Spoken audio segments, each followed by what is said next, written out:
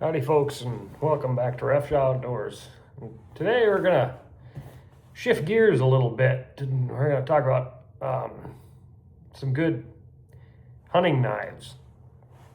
Now, I think hunting knives, when it comes, it's not something we really think about a lot.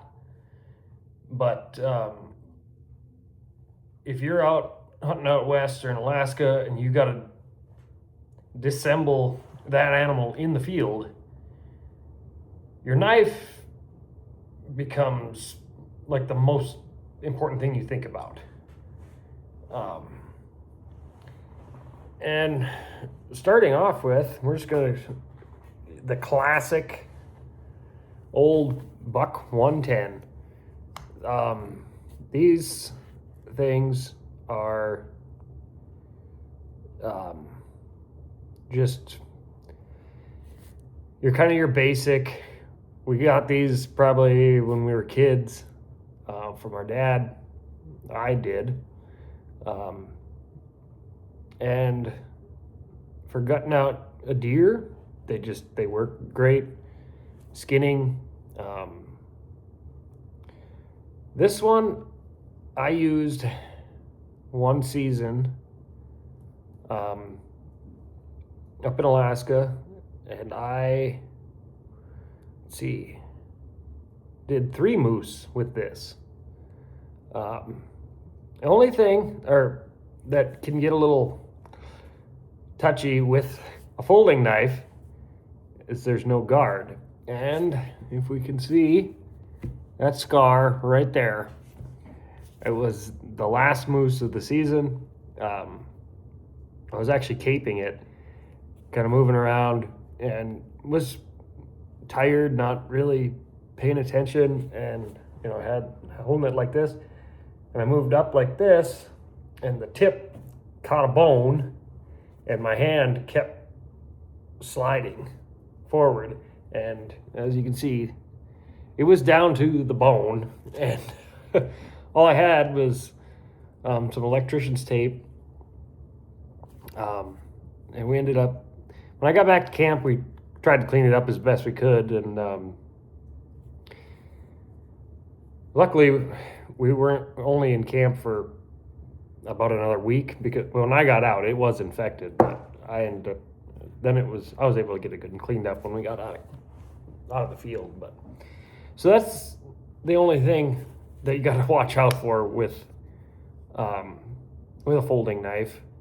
But they're handy, especially if you can get these sharp, and I'll bring it out at the end of the video what I sharpen with in the field, because especially if you're going to do more than one animal, a good way to sharpen your knife in the field is very important.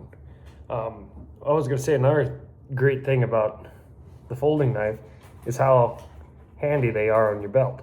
I actually wear this Buck 110 every day. 365 days a year. It's always on my belt right next to my little vice grips. I've got another pocket knife, but it's so handy, short, because it's folded up. You don't even know it's there. But moving on, another folding knife that has become really popular these days with guides and all other kind of hunters are these Outdoor Edge, what do they call them, Razor Pro, with the blade that you can take off. This one I actually got from a client. He gave it to me. And on that, I think I've gotten more knives from clients than I've probably bought over the years. But anyway, so he had used it. When he was helping dismantle the moose, he used it, and when we got done, he tossed it to me, said, "Here you go." And then I ended up using it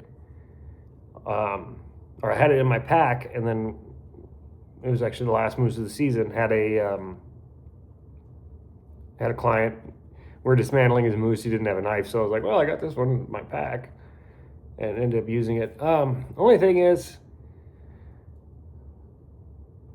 that you got to keep buying blades,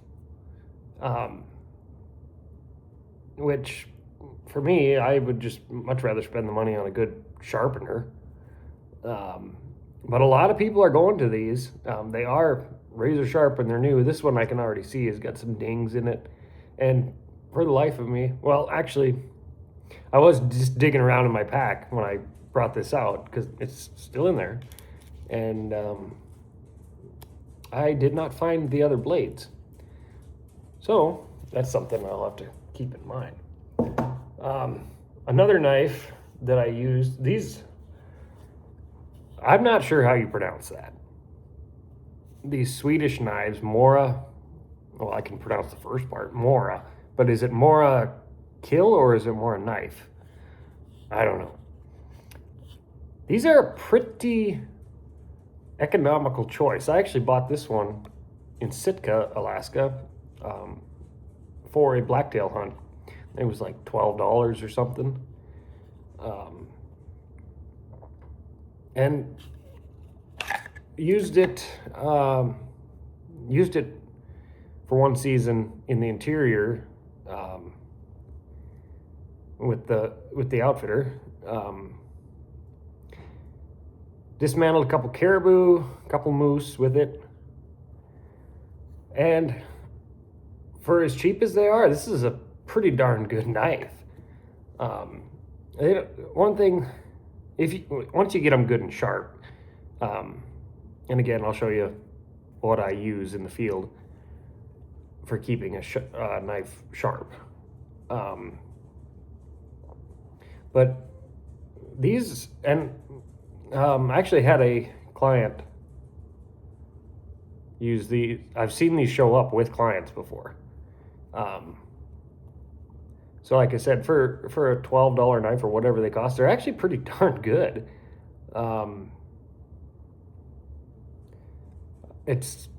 They're not my favorite. What I didn't like about it was, for one thing, the hard plastic sheath. When you're sitting down glassing and stuff, it seems like it's always poking you and getting in your way. So that was about the only complaint I had about it.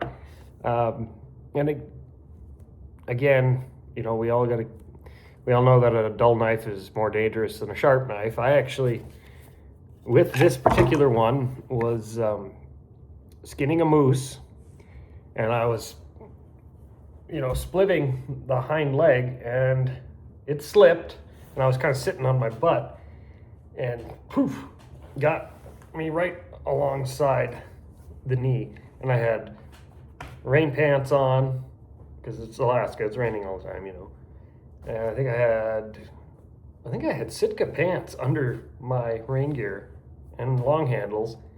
Made it a big mess, and I was like, geez, whatever. And we keep going, and it was actually the outfitter, my boss. I'm skinning away, and he happens to look at it, and he goes, Pete, I can see meat hanging out of your knee. And what? And I looked, and geez. So, what do we have for bandages in the field? I know we should carry better first aid kits, but we had electrician's tape. And left a heck of a scar, but never got stitched up or anything, but it healed. So, yeah, that's a story about that knife. This one is one that I've started carrying a lot more, and this is actually a custom-made knife that I got at an ice fishing show. Bruce's Blades. They're made in Fosston, Minnesota. And when I bought it, it was dull. It took me a little while to get an edge on it, but when I did finally get a good edge, I was pretty happy with it. But the biggest reason I picked this one out was because of the guard. It was a couple month or two after that nice cut, and just happened to be looking at the guys, what he had for knives there, and saw Boy, I sure like that guard there because, as you can see, your hand ain't slipping forward on that one.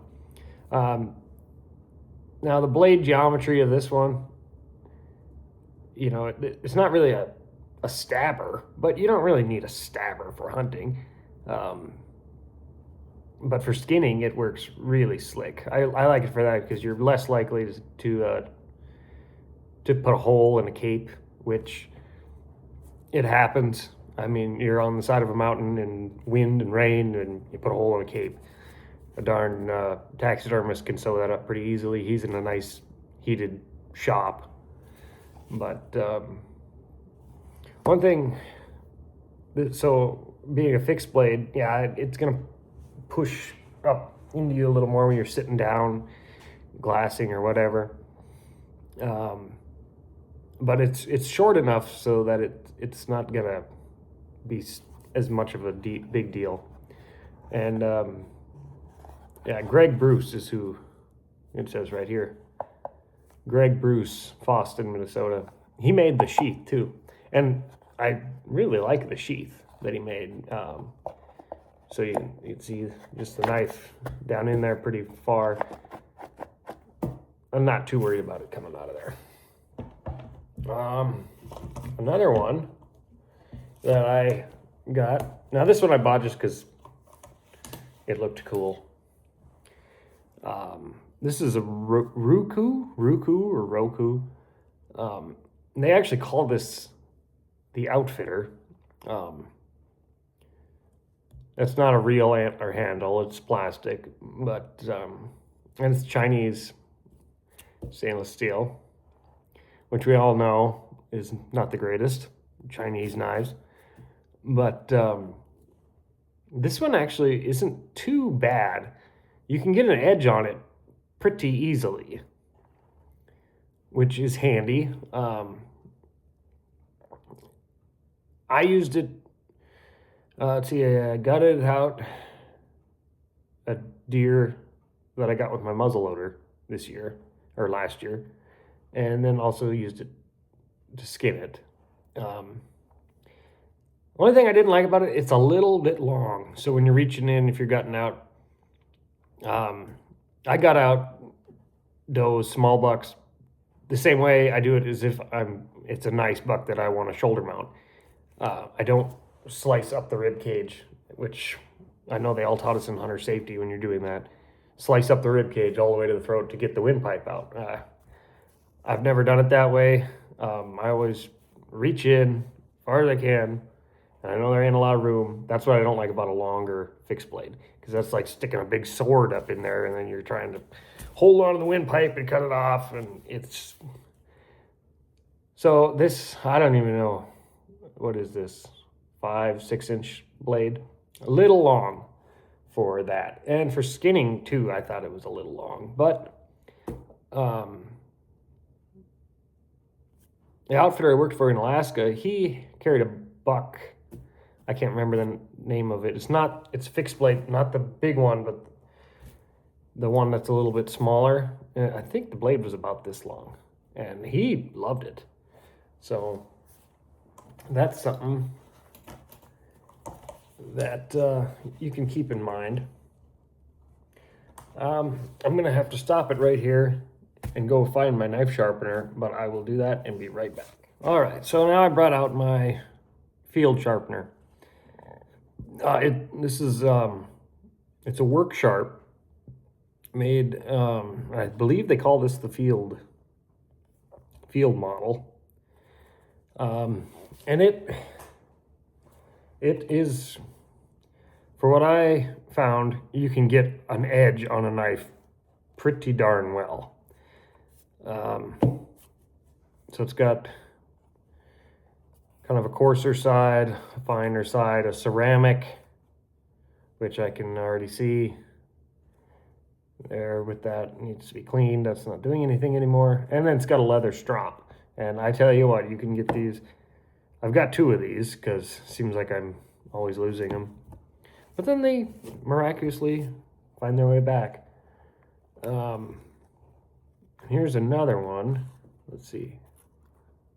This one is one This is the one I actually carried in the field up in Alaska, because I can tell it's a lot dirtier. You can see the coarse side. But it's got, one thing that is kind of neat about these is their guides.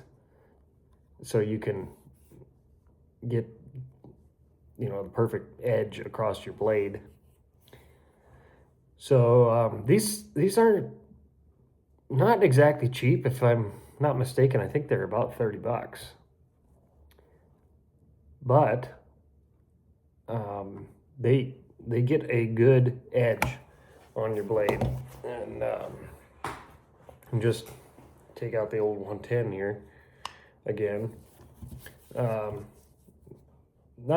don't have the greatest way to hold on to it, but when you're in the field, you know, you just want to maybe take a few swipes one way, take a few swipes the other way, hit the ceramic one a few times, maybe hit the fine edge, and then stroke it on the leather strop. And it don't take much, and you've got a sharp knife. And a sharp knife is a good knife, because especially if you're guiding or packing or doing anything where you got to do multiple animals in a season, this is going to be one of your best friends, is a good knife sharpener, because, you know, doing one animal is a lot different than doing 6. So, and just keep that in mind. But anyway, those are some different knives that I've got that I've used. Hopefully I've covered the pros and cons with them. But with that, I guess that'll be today's video. And I'm Pete Refshaw with Refshaw Outdoors, and keep your powder dry.